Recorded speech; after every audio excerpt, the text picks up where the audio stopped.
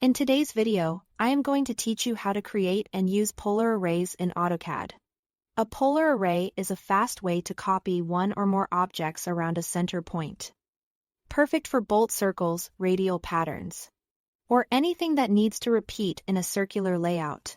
We'll go from start to finish, and I'll point out exactly what each setting does so you can get the result you want on the first try. Begin by launching the command. You can type array polar into the command line, or if you prefer the ribbon. Go to the Home tab, find the Modify panel, open the Array dropdown, and choose Polar Array. Either method brings up the same array creation ribbon controls you'll use in a moment.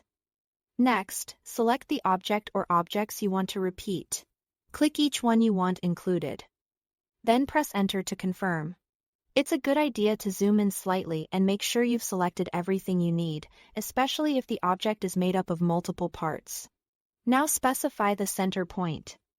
Click once at the location that should act as the pivot for the pattern. For accuracy, use object snaps such as center, midpoint, or intersection if you are aligning to existing geometry. The closer you are with this click, the cleaner your final array will be. With your center in place, look to the Array Creation ribbon to configure the pattern. Set items to define how many copies you want. This creates an equal division around your fill angle.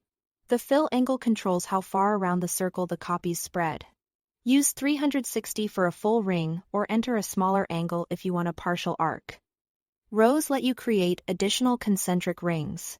If you increase the number of rows, adjust the row distance to control the spacing between those rings so they don't overlap.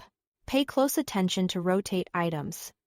When this option is on, each object rotates as it travels around the center, keeping a radial orientation.